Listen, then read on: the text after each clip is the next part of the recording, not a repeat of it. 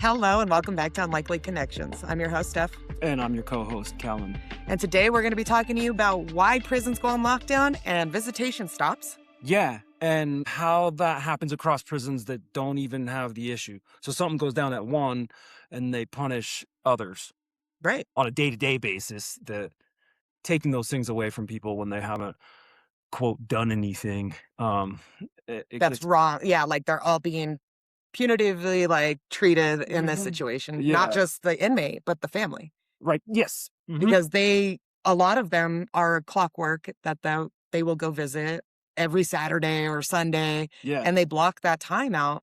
And then they find out through a news article that they can't go visit, or worst case scenario, when they get there, When they get there. they travel all the way to that facility So is to it find out. Nope, best for them to try to can they call ahead of time? they can call ahead of time. So but that's the only way to find out Right. if there's some kind of lockdown. So, like, my family, I remember wanted to do a visitation at one point, and they were told, no, you can't, but they weren't told why. Well, the reason why was because I was going to be on transport that day Mhm. for a writ to another county or for court or something. I don't think it was court because they would have known my family was going to a lot of my court dates. They would have known that. So there's reasons, right, that they won't necessarily even tell you if the facility's on lockdown or not, correct? Exactly. Okay, yeah. Because a lot of reasons can impact visitation, not just a lockdown that we've seen at Bent County. Yeah. Recently, they just had two murders there, and one is in critical condition. So they completely locked down the state of Colorado. Wow. And the reason for that is because they are going to go through the investigation process of why this happened, how it happened from start to finish, and to see if it's going to trickle into other facilities. Okay. If So it's like gang related. gang related. Okay. And most times it's assumed it's gang related because a lot of things that happen in prison, you've heard me talk about it a lot, is it needs to be sanctioned. Mm. And what that means essentially is that a gang is going to come together and they're going to say, we have X, Y, and Z happening. We need to do this with this. And then it goes through their head of their leadership. Then they give the green light or not on whatever that is that they're executing, Mm. whether it be opening up a new shop or bringing in stuff in or whatever the consequence may be. Help our listeners, real quick tangent, understand what you mean by opening a shop. So opening up a shop in prison is essentially business. So whether it's drugs, sex, a pen pal, whatever they're utilizing for their business, they're going to open up a shop, but they cannot do that without everybody's clearance. No different than out here.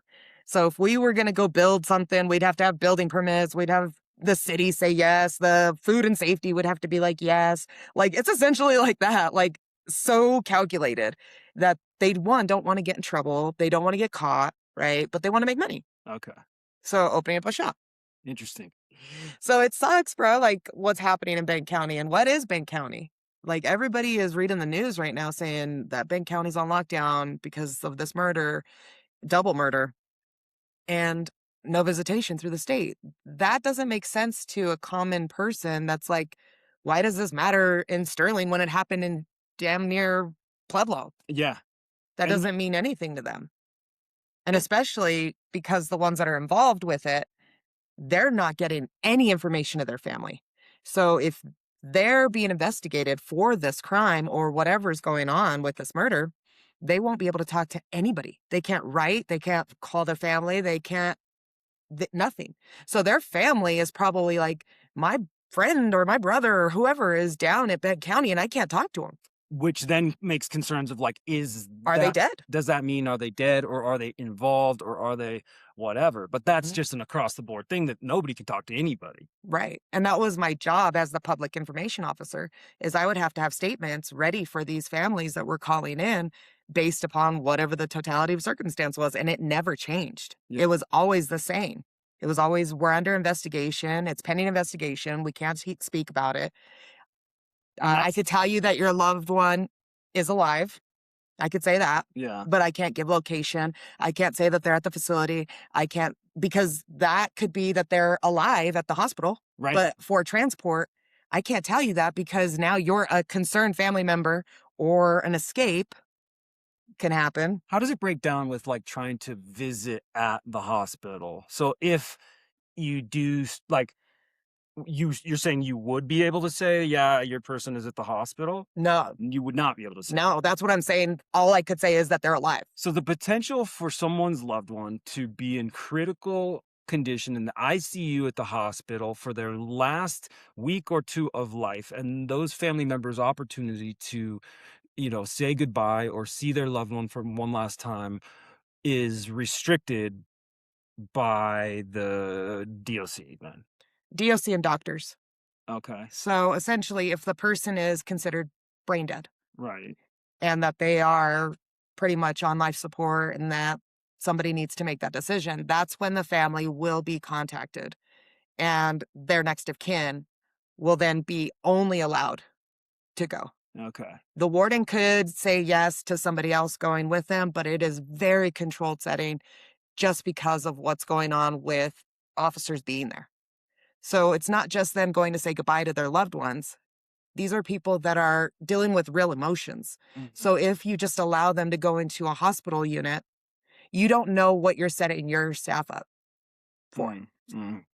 So, yes, you want to have that humane say goodbye to the person you love, Right. and that does happen, but the protocol are a lot of paperwork, a lot of information, like a ton before it can be approved. Yeah. It's not like, oh, they're incredible. Like you could go see them. Some of them pass away before they can see them. Yeah. And if there's a decision to be made with like a brain dead prisoner, is that family member then going to be essentially pushed out from making that decision? And if so, who makes it?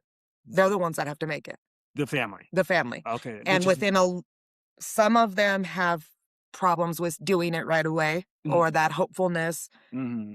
Like I would assume anybody that was dealing with Right. having to make that decision. Right. But it was more of like they would be told by the doctor, not by DOC at that point. Like, this is what you're looking at. This is because they're the experts in this. Mm-hmm. The only difference is that DOC is still responsible for this individual. So anything that happens to them, good, bad, or indifferent, is their fault, Yeah. essentially. Yeah. And so how does something like this happen? Like, how is it staffing? I mean, I know that there's so many like factors that are involved with something like this happening, but we've discussed that the pay at a facility in Benton County tends to be close to minimum wage or like $13 an hour. And so they've got to have a hard time staffing the place. Is that one of the primary reasons that an inmate is going to be like in a position to be harmed or killed? Absolutely. Yeah. Staffing is a huge issue throughout the United States, I would assume, Okay. Right. Yeah. but the caliber of it, right, is like you call off at your work, they're going to run short that day. It's going to make everybody a little sad, but that's about it, Yeah. right? Like it's not that serious. Right. At a prison, if somebody calls off, somebody's staying. So you're working a 16-hour day at that point in a different area, wherever you are, you're exhausted. You're not paying attention to everything, not blaming the officers at all in this situation. It is just human fatigue. Yeah. Yeah. That is just a thing that happens to all of us. Right. And depending on how they take care of themselves, everything's a factor. Right. So when they go and they do their staffing, especially in the state prisons, they want to always make sure that they have the ratio for inmates classification. So if they're a level 3 in this case, you would have to have at least one officer working in the pod, one officer in the control center, maybe 3, maybe 4, just depends. That's a state level. Private prisons, they follow our policies, at least in the state of Colorado. I don't know anywhere else, but all of their training is through DOC staff. Okay. So they teach them use of force. They teach them staffing ratios. They go through their makeshift academy. Okay. But it's not the same as the state. They get paid significantly more than private prisons. The state employees. State employees. Gotcha. So same training, same job, same inmate, Yeah. same classifications, different because it's private prison. And so that's probably one of the ways that these private prisons are able to make profit is to take the allowance they're being given by our tax dollars for like per hire and cutting that short. Yep. Okay. Yeah. I mean, that's Without saying it is saying it. And I would love someone to debunk that because they won't. They can't. Yeah. It's how much they get paid and the job that they do. So if you want to go with job description and what they're doing and like what they should be paid, and they don't get hazard pay, which Right. is wild. Yeah. They deal with murders, deaths, suicides, Well, yeah. drug overdoses, Yeah. horrible things. And in this case, I could only imagine what they saw because everything I've seen in the prison, when somebody dies, when somebody's murdered, it's not like, oh, they just died and they fell asleep.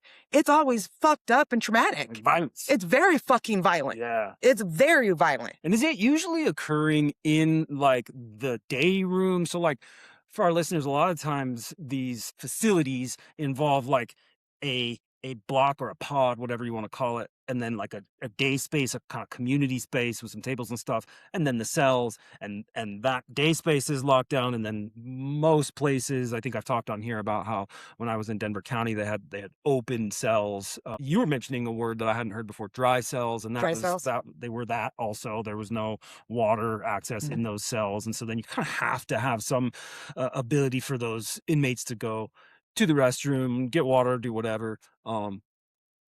Is there like a common area or a frequent area that these are occurring? In my opinion, no. Okay.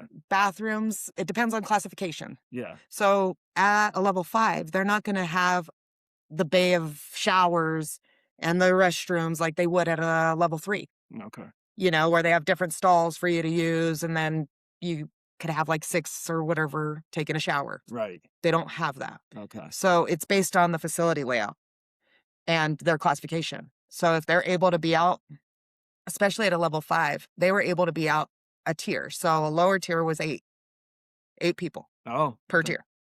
And that's all that could be out Okay. at that level. At a level 3, you're looking at 50 to 100 Yeah. Okay. out in a day hall. And some of them are 3 tiers. Oh wow. So you're looking up at this tier just like, I pray that you don't throw my ass over Yeah. when I'm doing a round. Yeah.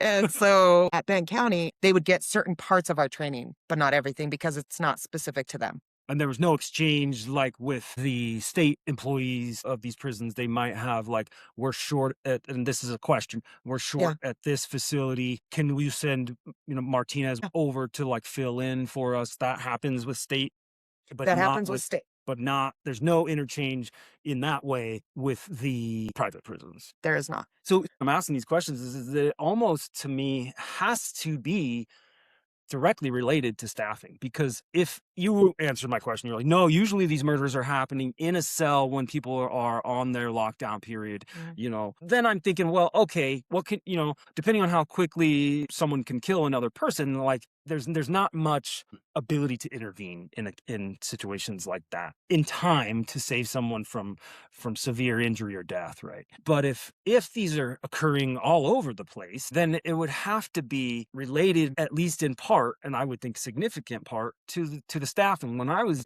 in the various county jails and a fight would happen, the response time, unless someone was a highly trained, like dangerous person, didn't give them quite enough time to kill without weapons and things like this. And so I look at a situation like this and I'm like, well, for that many deaths and one critical, like there was either not well enough trained or quantity of staff to intervene. Is that the correct assumption? Essentially, yes. Yeah. But it also has to do with layout. If you go to a tier, mind you, and I want you guys to picture this, it's just a glass window, giant glass window. And all you have is a sliding door, Mm. metal door with a little tray slot that can fit just a tray, right? If you have a fight in that area, my only less lethal option is that tray slot. Mm. So I only have that diameter to work with the shotgun. Okay. So if I can't get to you because you're on the corner or you're on the backside corner, because Mm. there's blind spots, there's dead spots, Sure. just naturally. And when you're saying shotgun, you're talking about less lethal I'm ammunition. talking about less lethal ammunition. Okay. So it's like a bean bag Ga- or OC. Gotcha. Whatever it is that we're putting into that weapon is what's going to be firing from it, and it will be less lethal because Now- there's no lethal in the prisons. Has nobody gone in and told these folks like, hey, use a piece of this, massive profits, especially with the private prisons, they're making massive profits. Has no smart person gone in and said, hey, fellas, like make some changes to your facilities design, Mhm. to your policies and timing and things.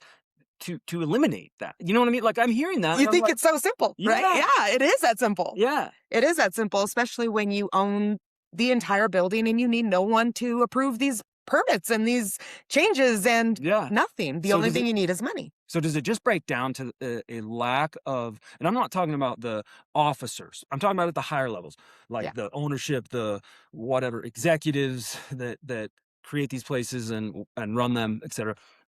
Does it just break down to, like, we don't care? They don't care about the inmates. Like, if they want to kill each other, great.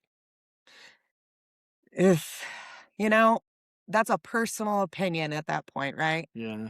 I would like to believe that they do care, Okay. but their actions show that they don't. For instance, we have a place called Centennial, right? It's over in Canyon City. And this place was CSP2.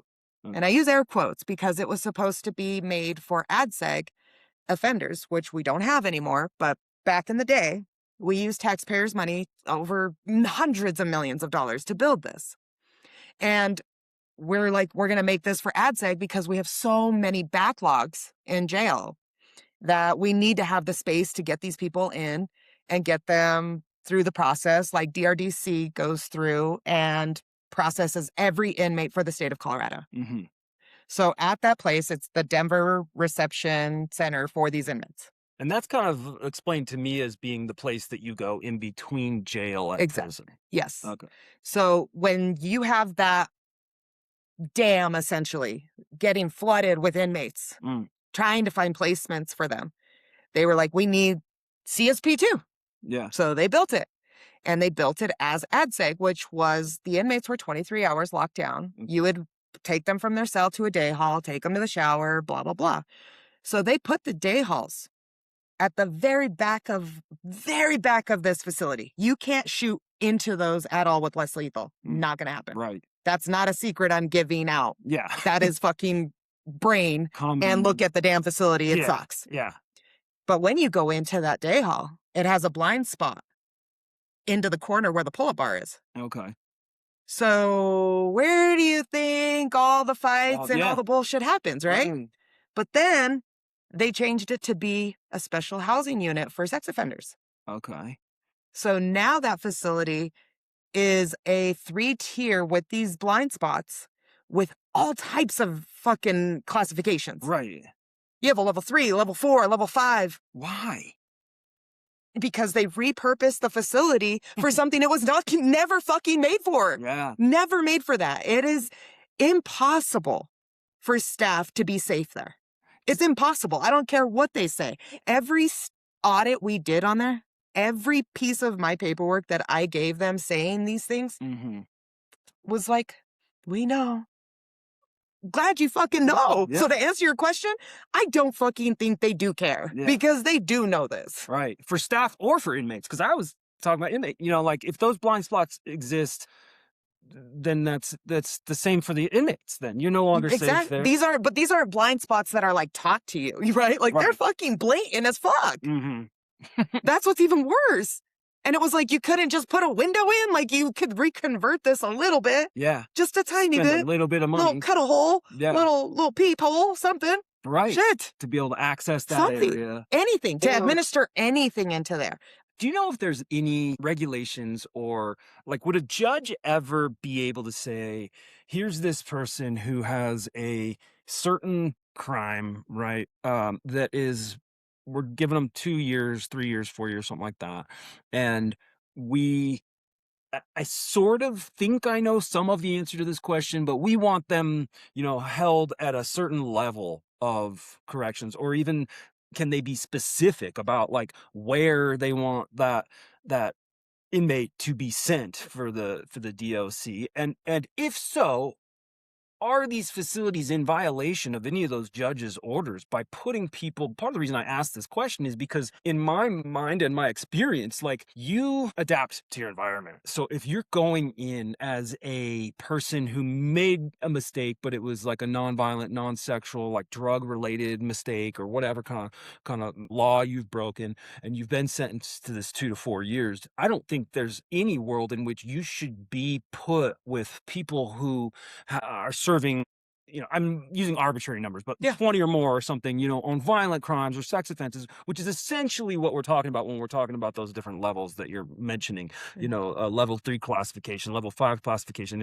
is a difference in amount of sentence that they've received, and often a difference in violence or sexual nature to their crime. Like, do judges have that? Can they dictate that? They cannot. So everything that is put in when you come in is like a questionnaire. So it goes through everything, personality, questions about your childhood, your age, your how you identify, your height, everything is a factor. So when we're trying to find placement, it's not just based upon your crime. It's based upon your point system that we kind of talked about and how we got rid of ADSEG Mhm. and pushed people through the system faster because Right. it's cheaper to have them at lower facilities, like lower custody facilities, because you don't need as much staff. You can run a facility with 10 staff versus 500 inmates at a minimum R, Okay.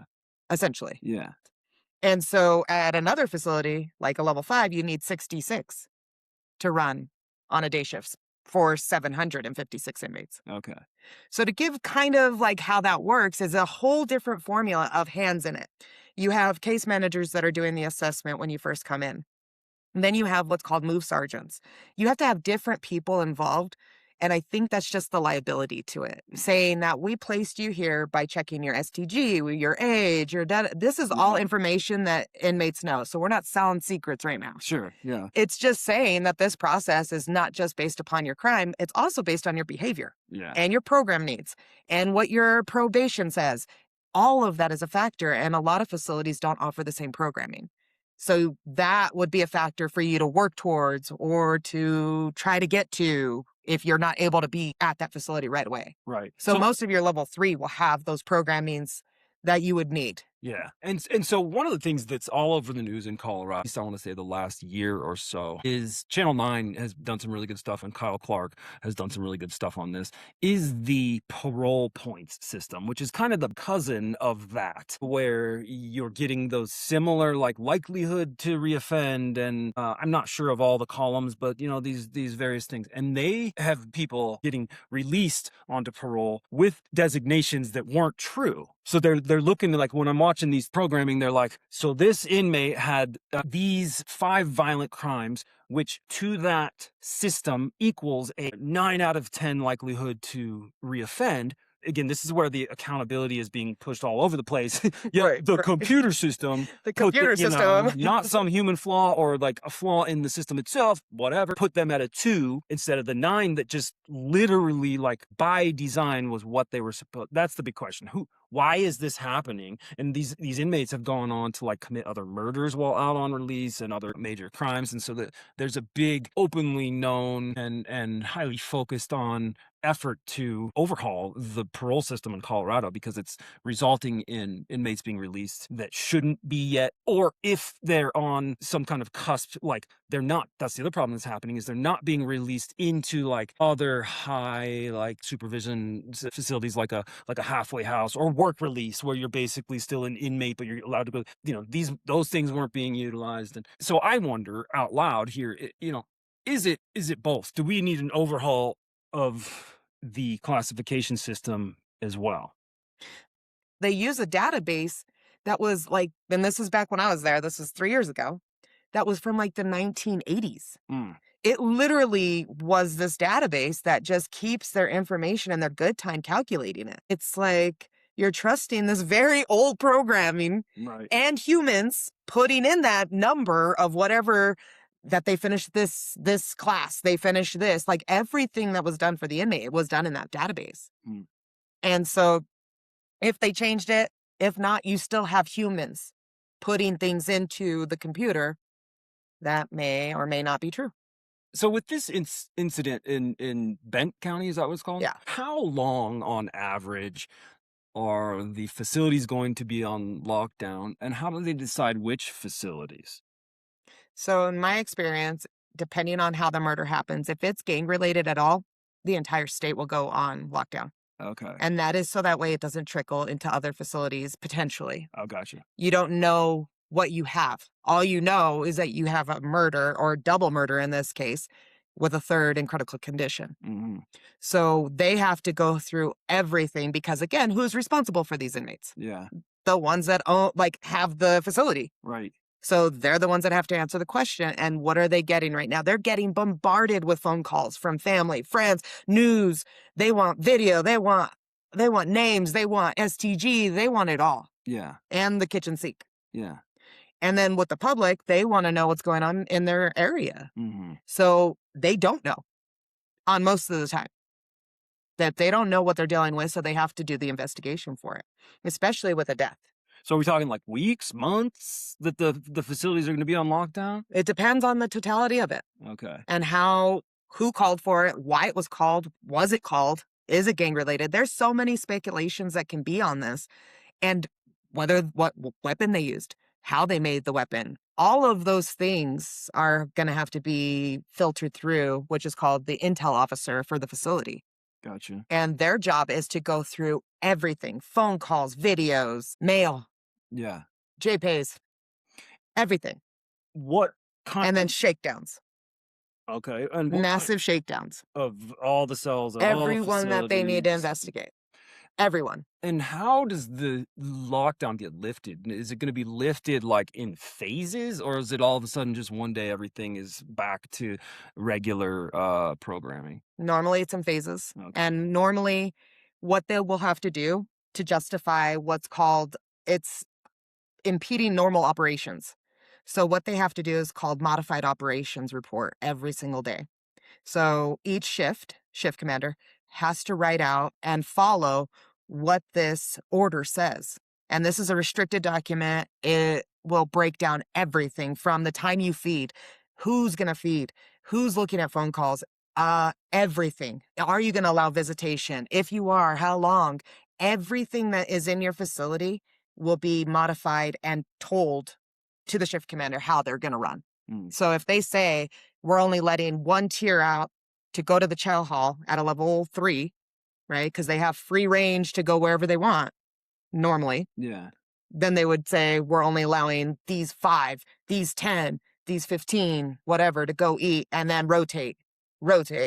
And that's gotta have a negative impact on these inmates. Like, there's even though it's gonna have a the desired effect of, like, getting to the bottom of what happened, and hopefully, if it is, like you said, gang related, and that there's more hits coming or whatever, the people that are not a part of all that can't be getting happier or better or healthier, or you know what Yeah. I mean, from these extra time in the lockdown, from restrictions on their exercise time, their hygiene time, their visitations. It Yep. it seems to me that you would be causing more damage and anger within the inmate population from these lockdowns, and be kind of perpetuating like this self-perpetuating machine where it's like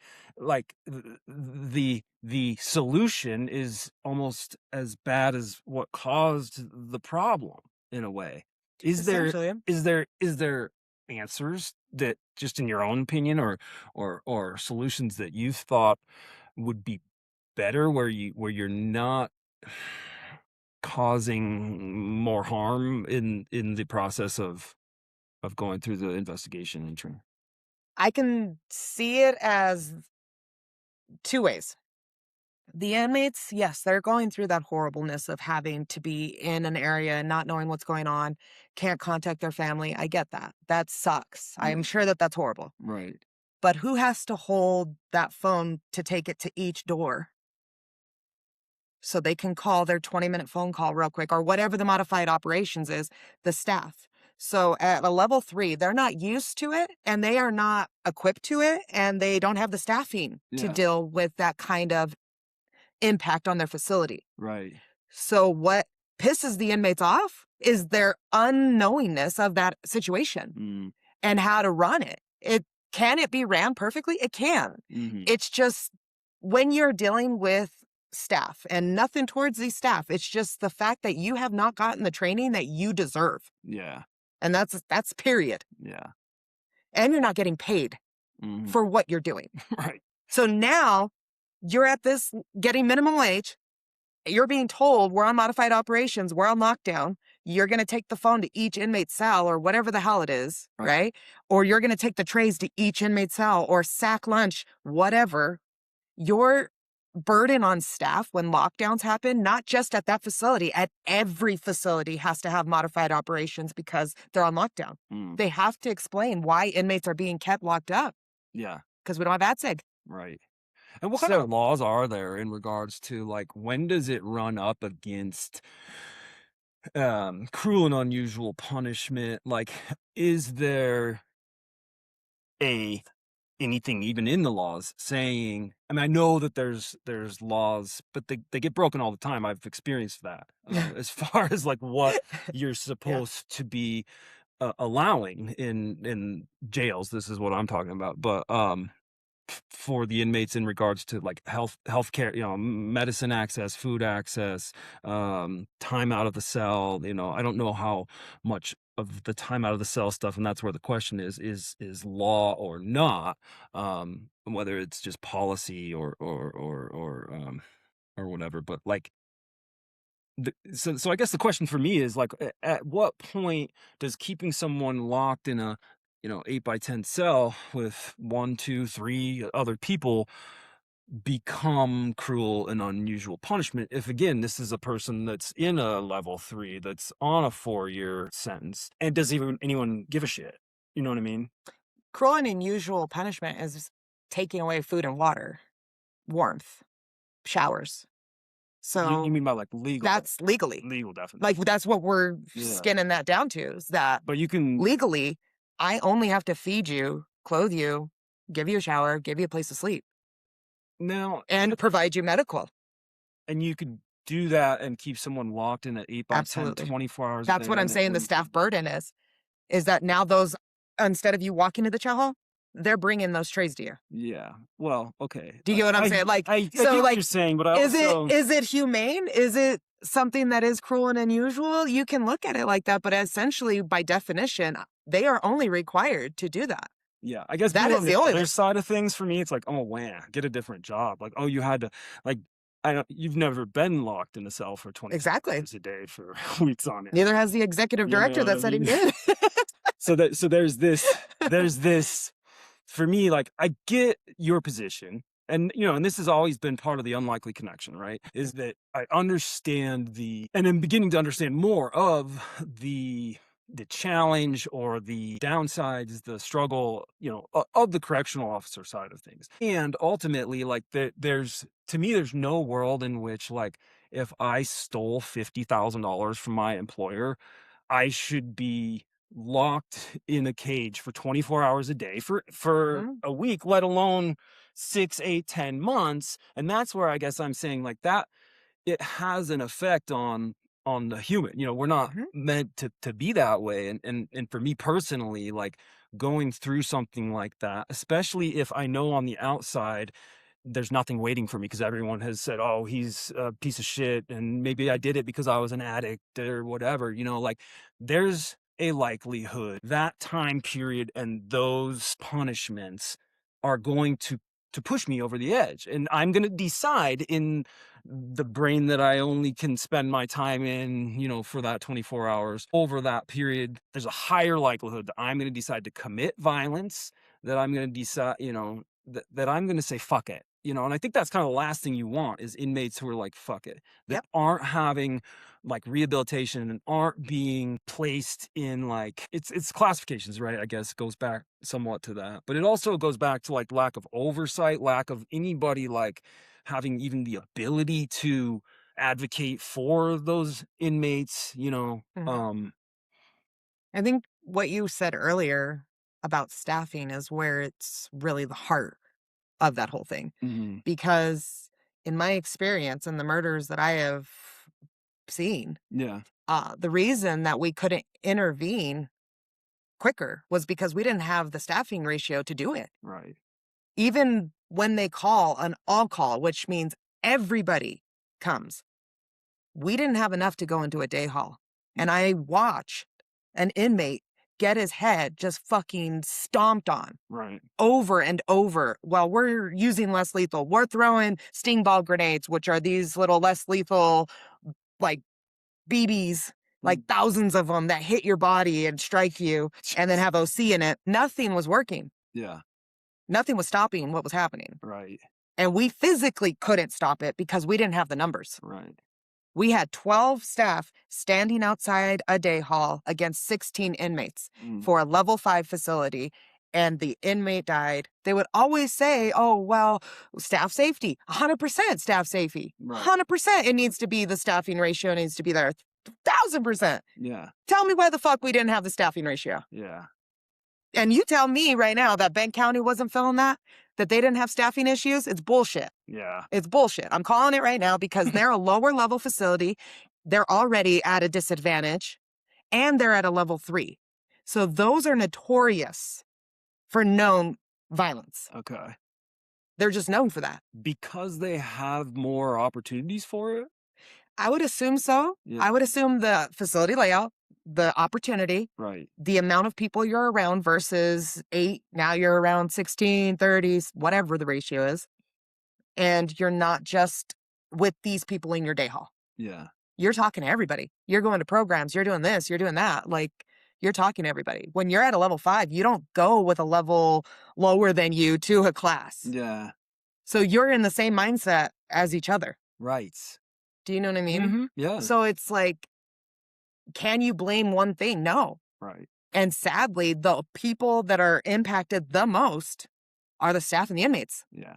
They're the ones that have to see it. They're the ones that have to experience it. They're the ones that have to live it. They're the ones that have to go through it every single moment. Right. So while we're reading, oh, they're on a lockdown. Oh, that's sad. We pictured in our head inmates in a locked room. Their staff are chilling, eating donuts. Yeah. Yeah. The fuck it is. Yeah. It is so taxing, so much overtime, so much for the facility. Then the public pushing you for information. Then you throw in that inmates died. So now you have a death packet you have to do. You have to get all of that going, which fucking sucks, having to hand some belongings to the family Right. and being like, sorry, they died. Yeah. And then they're asking you, what happened? Moms Why are did crying you- to you, crying to me, be like, what happened to my son? What happened to my son? And I'm Yeah. just like, I'm a piece of shit right now. Right. Right. I'm sorry, but your son died.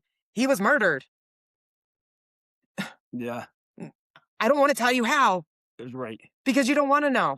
You Yeah. really don't. You don't want to know what it feels like to touch an inmate's face and not feel his jaw attached anymore. Yeah. And putting him on a gurney and doing CPR and hearing that death gurgle and just knowing that you've experienced this so much in your life that you just know that this person's dying and there's fucking nothing you could do. And then you got to carry that and just write your report Right. and be like, okay.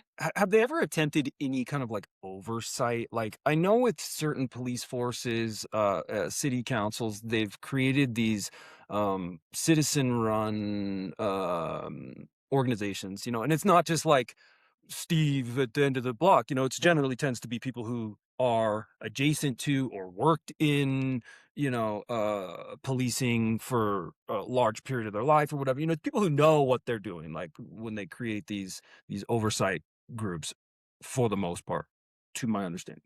Have they ever done anything like that with like the correctional side of things? Or is there anything like that? Like a neutral body that's not the DOC slash, government bureaucrats, and it's not like inmates, we've got a group of us together, we're gonna We're mad about this and we want this fixed. yeah, kind of shit. and we're Yeah. gonna do the oversight because they don't have the power or that wouldn't work, Well, ironically, they do. Oh, they They do. have an inmate peer program. Okay. And an inmate peer program is not just your peer that's with you. Yeah. When I was leaving, that was part of my job, was getting these guys in a conference room to Skype, back then, Skype, with the inmates at Sterling. Yeah.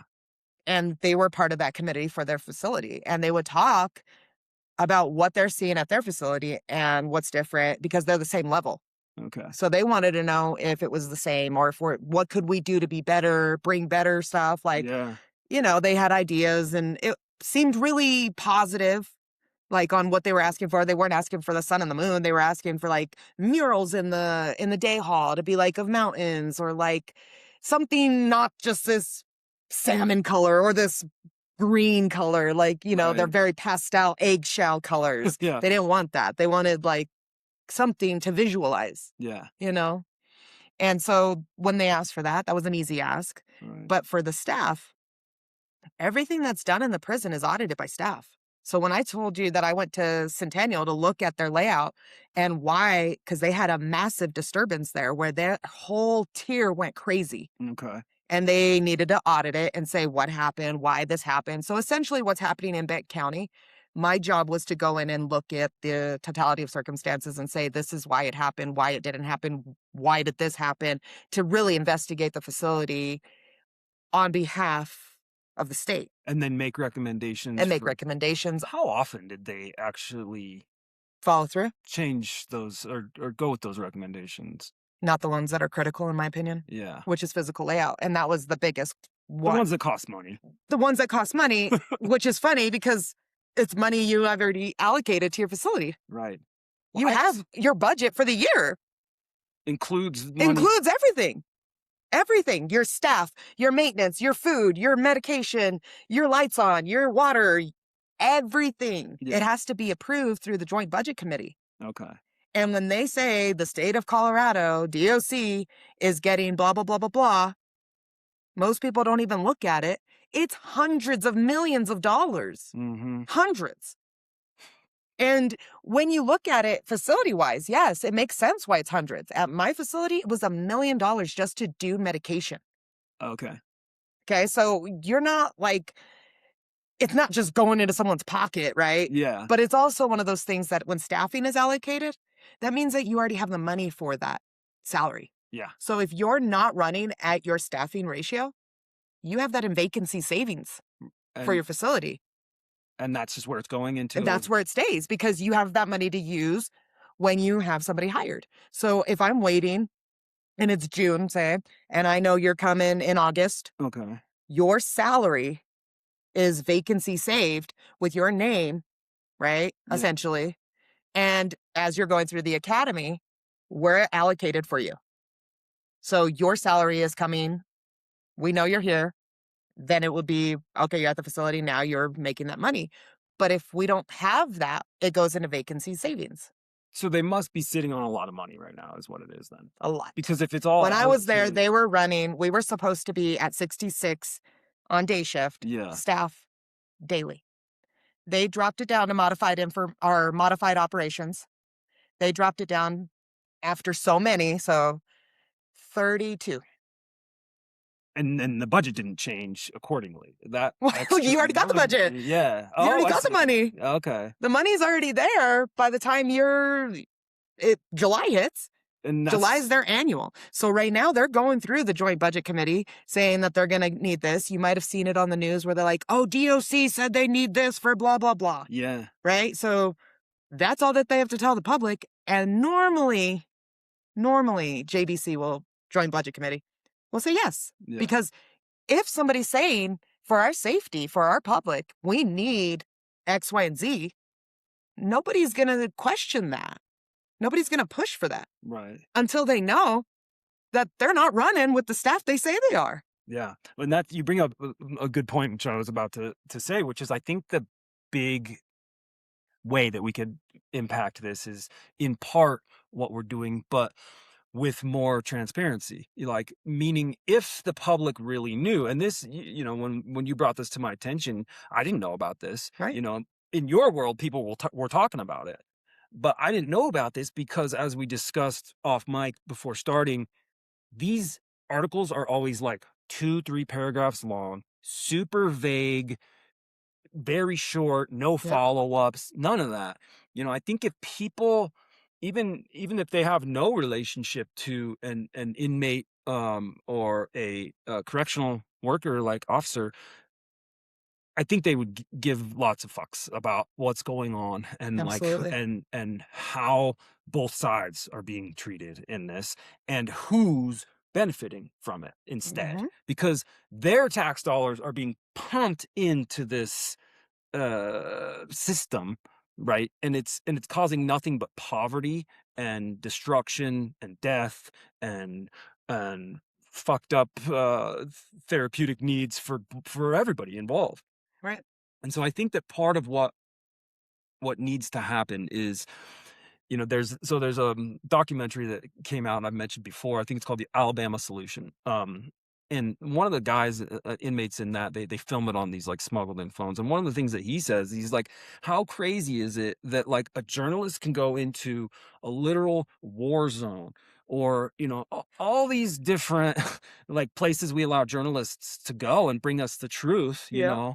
but they're not allowed in anywhere near or really given any information even when they're searching for it from corrections, right? Hmm. And so then they're depending on the word of or stories of like inmates, because I think, correct me if I'm wrong, like there's a limit to like what, I mean, even within what we do, there's a limit to what you can say. Exactly. There's a limit to definitely what an actively employed correctional officer can say Well, they're not allowed to say anything at all. at all. Okay. They cannot. They sign a document that's a confidentiality Yeah. clause Okay. every year, and most of them don't even know that they sign it. What? Most of them, yeah, they have no clue because they're going through the academy. Oh, So when they go through the academy, they're signing documents left and right, okay. right? And if they read it, which most people should, Right. this all breaks it down on what you're allowed to do, not allowed to do. You can't accept a gift. You can't give your supervisor a gift. You can't talk to the media. You can't talk to anybody on social media at all, period. You can't reshare a Whoa, pause post. there for a second. You can't. You can't repost anything on social media about prison or Oh, okay. corrections or anything like that. Okay. Anything close to it either. You can't have your uniform. You can't have happy correctional officer day. You can't say shit. Okay. You have to be completely fucking silent. About what your Everything. role is in Everything. society. Huh. Everything. So the people that you talk about it the most with are the people that are in, Right. right? And where they're working. So I would talk to my friends at Territorial all the time, and they would tell me about murders that were happening there. Yeah. And I don't even fucking know that. And I work in the fucking industry. Yeah. Yeah. The only reason I know is because they would be moved, the inmate that committed the murder would be moved to the level 5. So if we were suddenly in an environment where some politician or somebody's the laws change, just overnight, let's say, Yeah. and we Magical suddenly, wand. yeah, magical wand, we suddenly had an Just pow. open view of like what's really going on, including like the financials and where that's going and how it's being spent. uh I imagine that it would change things virtually in the next night. Absolutely. Overnight you get that information, next night things are completely overhauled and changed, and probably, I would imagine some people would get voted out of office, fired from Their jobs. high up Mhm. positions, uh But why won't that ever happen, my friend? oof, I mean, Let's answer that question. yeah, why? I mean, I think, Probably because they're not allowed to talk. yeah, well, that's, And when you want anything from DOC, you have to ask for it in open records. yeah, So you're not getting the restricted documents. mm, You don't have that. So I'm that source for you. yeah, I'm the person that will tell you what the fuck is happening behind there right, because it's not silence anymore. I'm not being silent. yeah.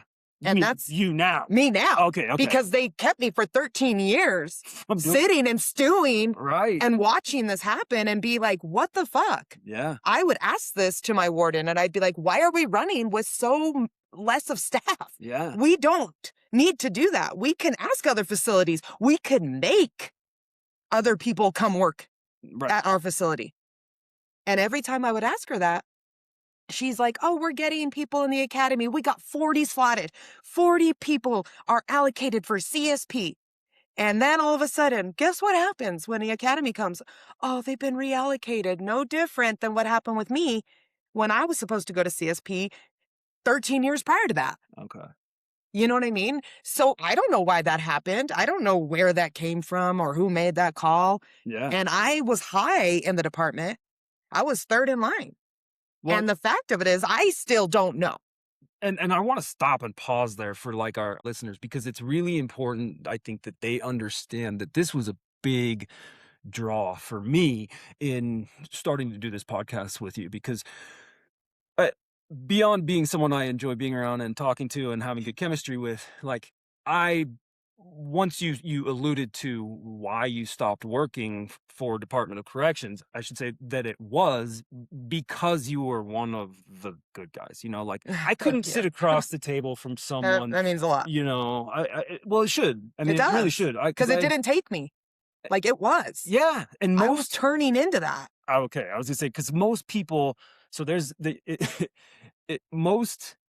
Let me back up a little bit and calm down a little bit. I But know like we're getting excited. Getting most of excited. the correctional world, most of police world, like I have a natural, cops and robbers relationship where like, and I'm very ashamed to say this, but where I don't recognize intentionally the humanity of those people, and that's fucked up. And I think that's just a protection too. yes, Same. and it's Because I right, was always taught you're gonna try to manipulate me and try to get right, me, and it's like I'm not fucking stupid. yeah, and it's Like and it's I'm not just this impressionable little thing like that you which can is do that why to. you ended up having to leave, in my Exactly. opinion, is because you were asking those questions. You were pressing the top brass for ways to make this system function better. Even within these constraints of shitty functioning, there was a lot of room for improvement and for Mhm. better safety and better pay and better all these things. You were pushing for this. You were trying to reform a system from the inside, Yep. that when you got too close to the top, they started fucking Shutting the you door. around. Yeah, shutting the Yep. door and just like being shitty with you. And so it's really important for me to make sure that the listeners to the podcast like recognize and understand that that's who we have in front of us Mhm. is someone who wasn't unless you're a really good actress and you're a good liar, like, and I don't, that's not who you are, Mhm. um, you were one of the answers to my question of how do we change this, and we get is the answer is Knowledge. getting people, yes, getting people in Telling there who people know on the this system podcast. and from the inside. We need people like you to not be having doors shut in their face when the upper brass understands that you're going to be a threat to the corruption and failure of this system. Um, and that's where I think, yeah, oversight and journalism. I think what we're doing is bordering on journalism, and I have aspirations for us to Get in these prisons. get. Just kidding. I I mean, can't. kind of, I'm making a comeback, baby. Bring me back. you know. They'll be like, fuck you. Well, You there's ain't coming in this place. I'm like, let me in. I want to see how your layout is. I want to well, see your staffing. yeah, and I want to talk I to the want to talk people to the people. that run it right now. There's a guy that does interviews with Yeah, I'd love to talk to somebody who could change our mind. ICE officers. Yeah, well, yeah, yeah. I would. Yeah, I would really like to sit with somebody who would have the guts to talk to us that is currently in the correctional system in the mhm, state of Colorado to tell us, yeah, hey, things are changing for the better, yeah, or this is happening, yeah. right? That's actually happening That's and actually not happening. like, oh, in a year, oh, in blah, blah, off in the Yeah, distance. because before COVID, right, my job was as the public information officer was so broad, right? I watched use of force. I would train on use of force. I would teach people what they're supposed to do in situations such as murders or fights or whatever's happening. Mhm. And part of that was giving tours to judges, people that were running for office, people, I forget the name, ACL. ACLU? Yeah, Okay. they would come in Oh, all the time, I bet they did, yeah. right? Then COVID happened. Mm, And then it was no more, right? Just like the world. But even after COVID was done, they never came back. they kept that program neutered, I'm sure. They never came back, which was so wild to me because that's where that community was seeing what was happening in the prisons Yes, yes. and getting that feel. Nothing feels like when you walk into a day room or you walk into a pod and you know something's about to pop, Yeah, that something's about to go off. You could just feel it. yeah. You don't get that from a photo. You don't get that from a video. Oh, Or this is where they're staying. This is their cell. This is the diameters of the cell. what we're dealing with on a larger scale in the United States, which is Mhm. corruption at the top levels, lack of oversight and transparency, and journalistic, you know, Like you saying that a access. journalist not going into a prison is wild because I've never seen that. I never had it requests come to my desk, which means it never passed headquarters. There you go. Yeah. And the other part of that was that they don't have any footage, which is wild because in any situation of any crime, right? Like if a guy was robbing the local liquor store down the street, we'd have a photo, grimy as shit, Yeah. but you'd see him, Yeah. right? At the least. At the least. At the least. At the least. Yep. You don't see shit None of that. of who did this, what, who they have in custody, what's the name of the person you have in custody, Yeah. the basics Yeah. of an investigation, other than there's no threat to the public. Time out. Are the staff not public? Right. Well, and if you again back to my initial point, I mean, about the damage you're doing to a person while they're in there. Mhm. If I come out after a 2 to 4 year, and I'm living in this world that you've helped our listeners, understand and see some of, like, I am not coming out better. That there's no fucking chance I'm coming out any less criminal. I'm guarantee you I'm gonna be more criminal. I'm gonna be less, just on like a psychological level, I'm gonna be less stable, less compassionate, I'm gonna be more primal and animalistic. And so the public should definitely give a shit, because most of the people that are incarcerated on a prison level, and definitely on a jail level, but are going to get out. Yes. It's a huge, do you know off the top of your head? I mean, it's like Back when I was in it, 90%. was like Okay. 75% were gonna Okay. get out Yeah. at one point. Like it very minimal stay in forever. Yeah. But Very minimal. yeah. I Well, think it's like 7% or something like that. It's something stupid small. yeah. Yeah. Um, and it's in that context, people are like, oh, they're going away. They're just in prison, right? Right. No, like these people at Bent County that are experiencing what they just did, especially the staff, will never come back from that. Yeah. No. I have seen so many murders. I've seen so many fights. I've seen so many people stabbed. I've seen so many different wounds. Right. It's not even funny. Right. It's like, I remember my first, and this is a lot of their firsts. Hmm.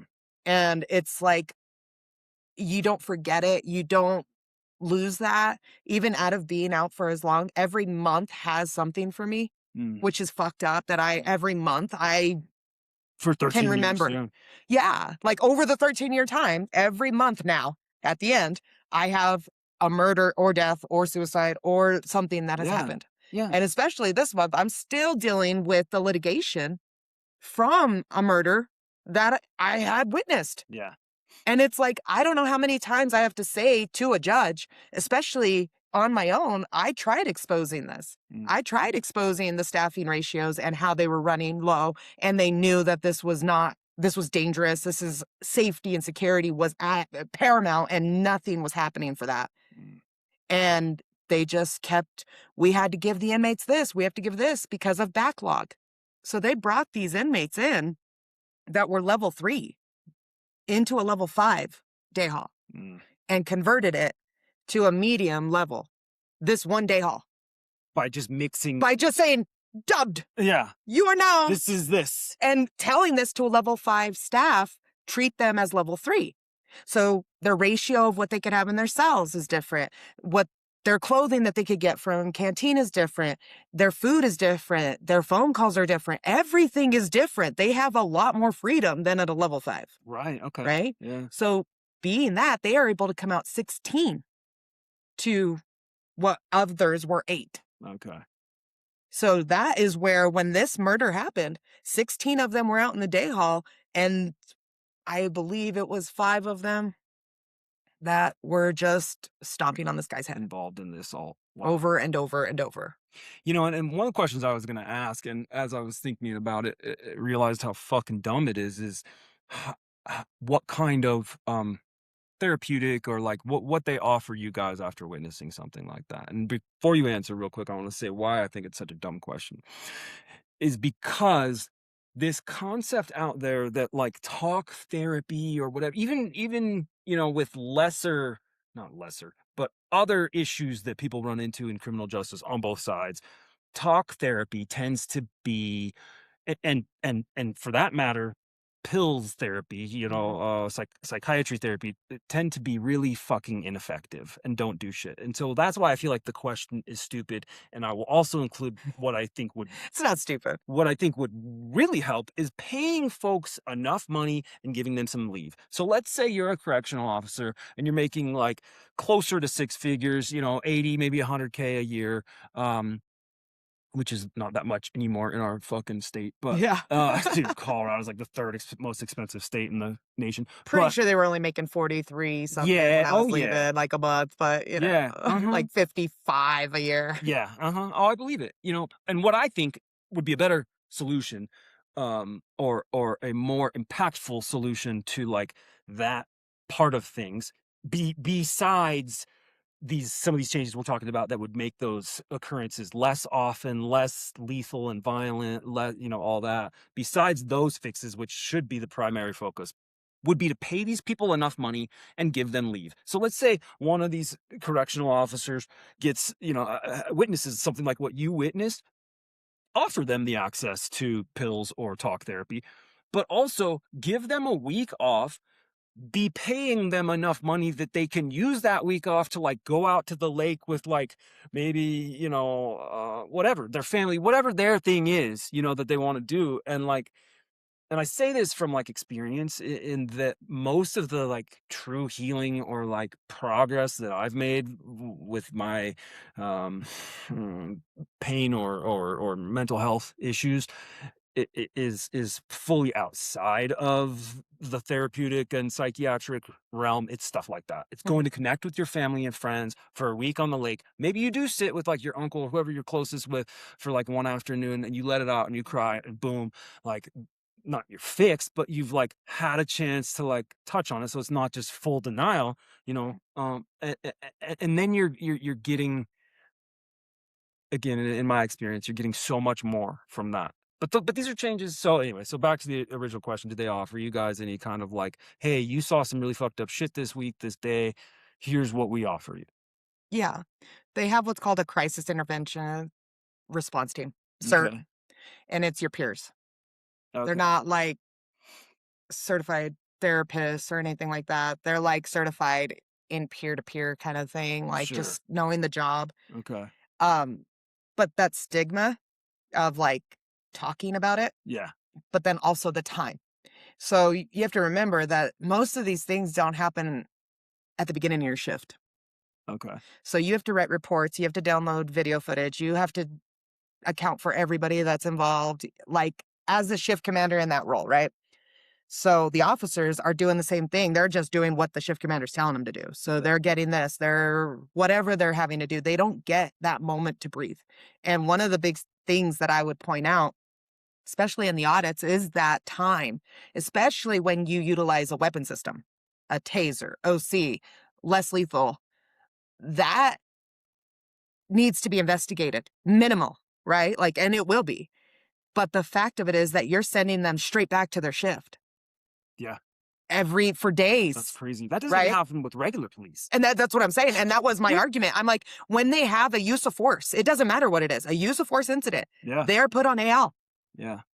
It doesn't matter what it is. Yeah. If they sprayed them, if they punched them, it doesn't fucking matter. A use Right. of force, they're on AL. Yeah. Whether it's 1 day, 2 days, whatever it is, It's a moment to breathe. a moment to breathe. Mhm. And also getting them out of that situation, because when you're in a use of force, I want you to picture being super vigilant, super heart rate going up, just zoned in. You can't see anything on your peripheral. You have no idea what's happening around you, especially if it's your first time. So you're looking for a lot of guidance, but you can't hear. Everything starts changing, Yeah. right? Then you get into that fight or use your weapon system. So that adrenaline's going. And then you're like, okay, give me your weapon at the end. And write your report, get your serial number, da da da, get the video. Like, not, are you good? Yeah. Yeah, all right. Like, are you hurt? They ask if you're hurt, and then they make you put in your report if you're hurt or not. Right. and you have to have that done before the end of your shift. So if this happens at the end of your shift, which notoriously does, Okay. you're so exhausted, you're so spent, you're so that adrenaline dump on its own, like own is horrible, Yeah. right? Like you're tired. And they're like, here's a Snickers bar, go write your report. Dead serious. Yeah. Yeah. And you're just like, because the shift commander cannot leave until they have all reports and all video and everything for their packet. Yeah. So they don't treat you as a human. Right. They treat you like, oh, here's a box we checked because we called CERT. We provided that for the staff. That's good. Yeah. And it's like, no, we don't have time to talk to them. One, this just happened. So most people clam up and don't want to speak Mm. or relive that moment right then and there. Yeah. And then you give them 72 hours to rewrite a new report if they think of something new that happens, Okay. but they don't check in. They don't give a fuck. Yeah. And it's a They don't care. it's a cumulative thing. I just know this from being human. I've obviously never worked in corrections, but it's a cumulative thing. If you're going through, I mean, a lot of my experience being in the criminal justice system on the other side of things is exactly that. It's a constant heightened adrenaline state. Mhm. There was a instance at one point when I was arrested, and they had 20 officers surrounding my house, guns pulled, my family was inside, and there's that, and then it just escalates, right? Then you're in jail, and you're with these other people who have just committed crimes or been arrested in violent ways, both, Mhm. and it doesn't. I did not have. I did not ever recover fully from that, but I did not have a chance to even be at like um I imagine there's some kind of like psychological terms for this, but to be at status quo, Mhm. homeostasis Right. level where I'm not fight flight freeze in a constant state of that until long after I was out of corrections, Same. and they don't offer you guys that opportunity to breathe either. And so then now you have a facility full of people who are operating on that level on both sides. Extremely On fatigued, both sides. It's yeah. extremely frustrated, Yes. Hmm.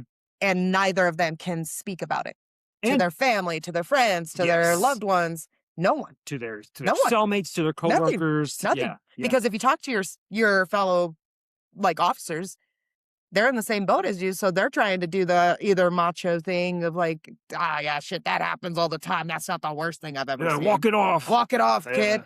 Like, dead serious. My first inmate that I did CPR on and brought back to life, the first officer I saw, he's like, instead of congratulations, he goes, "We just put somebody else in a cell. What the fuck are we gonna do now?" Like, it's funny, but it was like, I was 6 months in, Yeah. and I'm like, "Wait, what?" I didn't get it at first, and I was like, "Oh." We put someone else in the cell. We assumed he was a goner. Yeah, like, we already moved someone in. Why'd you do that? Like, why'd you go do that, dummy? Like, for real, like, that's bullshit, but it's crazy that that's the reality of what happens in these situations is that people don't give a shit at all. And when you're not, And then the public doesn't even know. and let's pause there because when you're not being given a shit in that way, you look at who's across from you, right? And it's Yep, like you said, like this other fellow officer's like, oh, whatever, like, why'd you save their life? Now we got to figure out what room to put them in. Like that's I'm not picking on that person. That's because I've been that person on the other side. Like, so what? Okay, fucking hire somebody else. I don't care that they got crippled exactly. at this job. Like that's what ends up happening is it lowers your level of humanity, and the people that you aim that at are the people on the other team across Yep, from you. Yet, as we're learning from making this podcast, like that does nothing but make the problem worse. And it's not in a. I mean, this gets a little dicey. For the most part, it's not how the inmate side or the correctional side like wants to be. I guess I'll just speak for myself, and and from knowing you, that's not how you want to be. You don't want to be someone who disregards human life because of their job or yep, because of where they're being housed or their yeah. crime or I didn't care why an inmate was in. Yeah. I didn't give a shit. And honestly, because it keeps me neutral. Yeah. Allows you to have Yeah, some I would need political. to know what I needed to know, but I didn't need to know, Yeah. right? Like, you knew where somebody was housed, you know what they were in for, Mhm. right? Like, Mhm. especially what programmings they're in, you knew it, you know what I mean? I have an idea, yeah. And it's just wild to me that people don't know what it means when I say that they would do a paper check. Yeah. Yeah. So, like, paper checks in prison are real shit because Yeah. they wanna know who they're living with. They Mhm. wanna know what crime this person is, and they have to show. Mhm. And if you don't show, they automatically assume that you're a sex offender. Yep. Automatically. For sure. Well, and so what Steph is speaking to is like, let me see your papers is basically your court papers. Like, let Mhm. me see what your crimes are, is what a Yep. inmate is saying when they're wanting to know that. And to your point, like they want to know who they're around. Are Exactly. you someone who like assaults kids? Are you Mhm. someone who, and that 'Cause tends to that be is a the thing. What type of sex offender are you? yes. Oh That's a yes. huge thing. Yeah. Yeah. Do you wanna talk We about can talk what's about it a different time. experiencing in Bent County right now? So, whatever gang they're in, Okay. they're gonna go through everything from phone calls, mail, everything. And For then every inmate? depending the ones that they're investigating, Okay. right?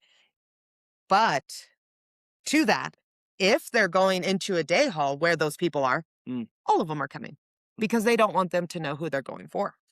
Oh, I see. So, let's say it's Charlie Pod, for instance, and it's day hall 1.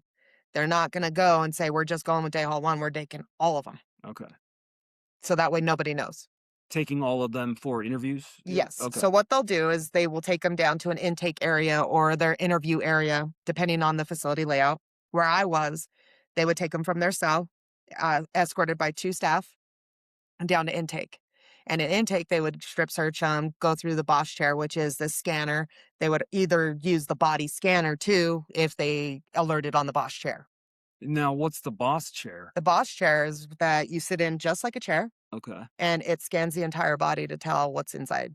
okay, so, like, meaning what's inside if If you're concealing any weapons weapon or in your orifices? orifices, I guess is the best way to say Okay. it. In your ass. Yeah, yeah, Yeah. in your gangster pocket. In your gangster pocket. Uh-huh. In your prison purse is what I like to call There you go. it. There's so many names for it. So many. We should do a little TikTok I or know, something. dude, for real. Or you'd go through a body scanner, which is no different than the airport. And Okay, it and how is it sees different from the boss chair? the body scanner sees everything. Everything. Like, in your organs? Everything. Okay, There is no, it is like an outline of the insides of you. okay, It's wild. okay. There ain't, I don't know anybody that can beat that Is there training, on when it. you're in the academy on, like, spotting because like, radiologists and stuff have to go through training to spot, like, "Well, what's that little shadow mean in this little corner of," It's it's so accurate, it would show you Oh, it does it for you. essentially without color. Yeah. You would be able to see the outline of what it looks like, or if it's like drugs, Yeah. like you'd be able to tell. It's not just this black blob. Yeah. Okay. It's very crazy. But because it sees so much, you could only do so much of those scans to inmates throughout the year. Right, because of 'Cause harm to their yeah, bodies, right? yeah. Okay. So from there, they will go through all that. They'll put you in intake until they're done searching your area, all your stuff and Yeah. everything. If you're cleared, then you're gonna go back to where your cell was. If you're not, then you're gonna go to restricted housing. Mm, And restricted housing is, remember, we don't have EDSEG. right. It's your timeout Yeah. for a review of what they found or didn't find or what was wrong, or usually you're kicked right back out. So probably a bunch of people get wrapped up on that process that have nothing there, whatever they're getting wrapped up for, it has nothing to do with, like, the incident, Right. right? Okay. So a So they'll bunch of try to get people rid are of their getting shit. Yeah. So most inmates, this isn't stories or secrets that we're selling here. Yeah. This is real behind the scenes. Inmates already know this, so I'm not selling something that they don't already know. Yeah. They will get rid of their own shit if they know that it's coming. Yeah. And they can do it through different tiers, different levels. They utilize the plumbing system like crazy. It's called fishing. Mhm. It's very impressive. I'm not gonna lie. Yeah. When I see them do it, I'm like, wow, how the hell did you do that under a door? Like, that's Yeah. wild. Yeah. But they would do that, get rid of their shit, and then as long as everything was good, they'd get their shit back, right? But most of the time, you would find the things that you weren't looking for because it's just somebody didn't know or they didn't know how to get rid of their shit or didn't know we were coming, which was very, very far and few between. I was gonna say, you They usually know. they usually know, and Uh, and we would try to keep it so silent, but the problem is loose lips sink ships. yeah. Well, I know one of the ways that we would know, Officers. no, the dogs. We would hear the dogs Oh. in the pod next door, and that meant either that day or the next day. What if they don't use dogs? They Would you know? always used dogs for ours. They always did? Yeah. Mm. Yeah. At this facility, they always use dogs. Um, We used to but otherwise, yeah, like I guess gossip or gossip, yeah, correctional officers. or somebody else just got hit and you guys dealt with it. Yeah, like you go to like or yeah, exactly. Yeah, Mhm. or somebody comes over from that pod. There's not I don't think that they do it quite as professionally as they do at the prisons when they do it in the jail systems. Which is whatever, it is what it is, but because it seemed much easier than it sounds like it is in prison to to get to get a heads up on those sort of things and or to um, beat them. We weren't getting put in at this facility. We weren't getting putting in boss chairs or getting Oh, really? scanned through. Were you getting Not strip on searched at all? not on shakes now. Yeah, we getting strip searched. Yeah, so that's a standard. That's a standard for a level 5. There you go. Okay. Any shakedown will be strip searched, Yeah. minimum. Yeah. And then if you act up or if you fight, because that's when they would fight the most, especially if they were trying to get our attention off somebody else. Hmm. So they would make us force sell them, which is suiting up a team to go get them out of the cell, Yeah. um, and then claiming cruel and unusual punishment because of it. Mm.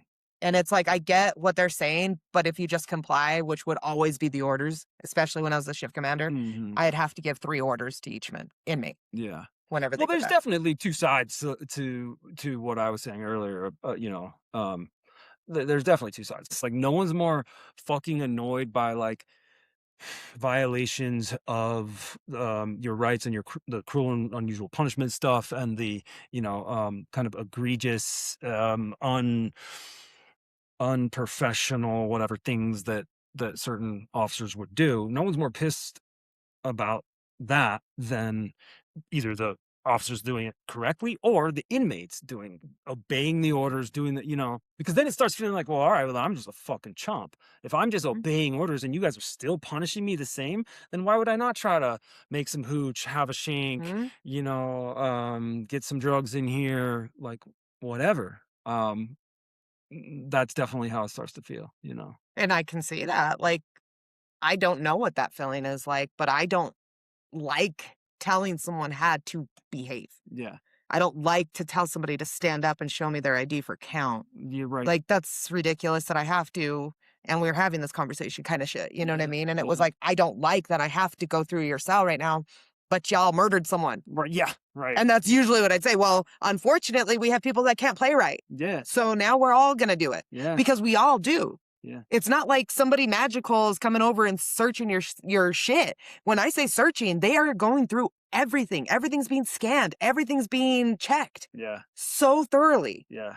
that it's like it's not a 5-second thing, Yeah. you Oh, it's know? a long process. I It's a remember, huge process. even on the jail level, it would sometimes take, the whole day. It Mhm. definitely eliminated any kind of like yard time Exactly. or like you would be eating in your cell usually, and they Mhm. don't want you talking to each other. They don't, I even think that like so for laundry is one of the ways too that you would learn about shakedowns is the laundry guy Mm. goes and he hits each pond. So he's oftentimes one of the guys that he used to sell me clean pee when I was in the drug court Oh, shit. system when I started fucking up. We were in that same program together, but yeah, he was a good source of information for like what was coming down the pipeline for those sort of things. So, yeah, I know that you guys got it from each other, like, of course, right? Yeah. Like, or other officers Hmm. saying it's shit too loud, not meaning to sometimes. Hmm. They're doing rounds where you guys live, you know what I mean? So wouldn't be like, "Oh, we have a shakedown tomorrow," like, Yeah. for them to talk about it or gripe about it or be bad like, sad about it, like, I get it. Right. Like, it sucks. Yeah. But it's like one of those things that they're experiencing right now, and those staff are going through that are not equipped to do that. Yeah. Yeah. They know how to do shakedowns, but they don't know what a level 5 knows. So in this situation in Ben County right now, when they're saying no visitations, is this also meaning no phone calls? They'll limit the phone calls. Okay. To 99.9% of the time, they limit the phone calls, again, because of how much is being filtered. mm, And yes, the system picks up on words that you say and alert it and whatever, you know what I mean? right. But it's not one of those things that it's manpower. Yeah. So somebody's listening to that Right. and they're And not fast forwarding it. So if you're doing a 20-minute phone call, that's a long they gotta time. listen to that. Yeah, that's a long time. Yeah. Oh, interesting. And so they limit it to like this area is getting phone calls today. This area is getting it tomorrow. This one's getting it the next day. So that way it gives that time. Gotcha. So if they think that that's not what's happening, that is exactly what's happening. There needs to be, maybe you and I can come up with this and make some good money. There needs to be an AI system that can do that, you know? I I know they talk in code. I know there's, ways that they try to get around things and stuff like that, but I would think that there could be like, eventually, an eventually AI they probably system that will. But you can got to remember that's money. monitor. Yeah, but if they're paying manpower hours, these guys, and you can It's sell dual jobs. system. So you were a shift commander doing that. You're a What's shift commander. So dual jobs means that they have multiple people listening to phone calls. okay, That's part of your job duties. okay. So every day, regardless of what's happening, every supervisor in the state of Colorado is reviewing 3 phone calls. Oh, no shit. Everybody. Oh, okay. Yeah. So they don't, yeah. Huh. And it was required Yeah. as your job Huh. that you had to have those 3. And if you both were on shift, like a captain and a lieutenant, you both had to. So it's Interesting. 6. And the numbers worked out for that to be the case? What kind of phone privileges are they generally having in like uh, I mean, it probably differs, right, from level 3 or level 5 or something. Is Yeah. that true? Well, they don't have phones in their day halls anymore. They Okay. used to during AdSeg. They had like little payphone looking Yeah, phones. yeah, that's what I'm used to. They don't have that anymore. Oh. They have cordless phones. What? Bec- This new I know. this is new It's information. crazy. Cordless phones, I don't know, they're trying to be hip, I don't know, because they had perfectly fucking working phones in there. Yeah. But yeah, no, they took all that out, and they have cordless phones. And so the cordless phones were 20-minute phone calls, and yes, the batteries died every time. Yes, we had backup phones, yeah, I'm answering all your guys' questions that Right. everybody's probably already having. Yeah. But they would have 20 minutes of phone call a day. Huh. Okay, that's Up to. like the average Uh, allowance. yeah. Okay. So 4 hours at a cell required. 20-minute phone call required. Um, food, showers every 7 days. Hmm. Not food, but shower every 7 days. Yeah. Wow. So that would be put into that modified operations as well. They would call that shower day. Mm. So you'd be like shakedown, shakedown, shakedown, shakedown, and then it's a day off for all of you, Okay. essentially, Yeah. because you're just using the staff to move them to and from the shower. And these other facilities that With the little news article from, whatever. yeah, And it says, we're going to follow up with more. We're going to get to the bottom of this. A year later, you don't have shit. nothing. Nothing. And that will wrap. And I that's mean, 2 wardens in the state of Colorado. and that will wrap. I mean, this is where I'm a little confused because some of those investigations, like, had to have wrapped, like stuff from like 5 years ago. But now, is that because there's kind of this dual justice system where like the Department of Corrections has their own like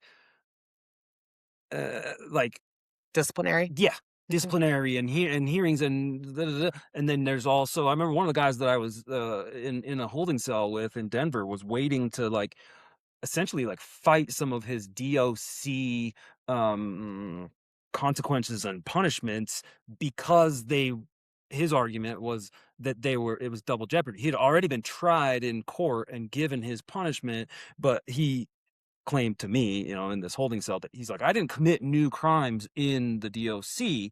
They were just taking, these convictions that I had from the court system and applying new DOC punishments to me because of those cases. And I think it's because I think his crimes would involve like assault on an officer or something like this. And so they were like, oh, yeah, buddy, like we're going to give you an extra shitty time while you're here through these DOC justice proceedings. I don't even know what the proper terms are. It's disciplinary hearings. And so the question is then, is that how they're able to perpetually, forever, infinity keep things under investigation? No. Like, because there's got to be an end to it. And No, because you have a certain time, like a certain amount of time that you yeah, have to investigate and have your reports in, okay, like of what your findings were. So I've been on both sides. I've been interviewed because I'm the shift commander and I had to give information. I've been part of it where I'm interviewing them. Like it's many different things that get investigated so quickly that you usually have the answer pretty quick. do they then claim, so say there is something that like you and I decide, okay, well, let's test this system. Let's go try to pull a public records request on one of the things that you witnessed and know the facts of from 5 years ago. We should. We should go try that and see what we can get from that public records request, Absolutely. because that would kind of help answer. I Oh, let's do it. I'm down. Yeah. I don't care. So on our next podcast, we are going to have Well, that update. answer Yeah. from the public information officers on giving us on cases that I do know are closed. Yeah. Yeah. Because that's part of what we've been talking about this whole time, the transparency. Even if it's stuff from I'd love to see the video that they years do, past. if they do give us video. That's I would just, we will live stream that shit. yeah. No, really though. I mean, Hell this yeah. is a great this is a Hell yeah. this is a great step in this We'll watch it for the process. first time together. With the With our yeah, listeners, with man. the listeners, because this is a great step in that process of like trying to create some version of transparency of this whole system. Absolutely. And As asking in for the information isn't a crime, No, it's definitely not a crime. which is even It's more wild to me that it doesn't happen. Yeah. It's very American, in fact, Absolutely. to say, no, we, the people, need to know what our tax dollars are going towards Mhm. and what kind of punitive system, rehabilitation system that we're engaging with here. I love this. So next time, we will have some updates on what the public records request process was like, how much it cost, who we needed to talk to, how we were treated, etc. Absolutely. We can't wait for you guys to tune in on the next episode. Remember to make that unlikely connection. Make that unlikely connection. It's not always comfortable. It's not always easy, but it's worth it. Absolutely, my friends. Take care of each other and take care of yourself.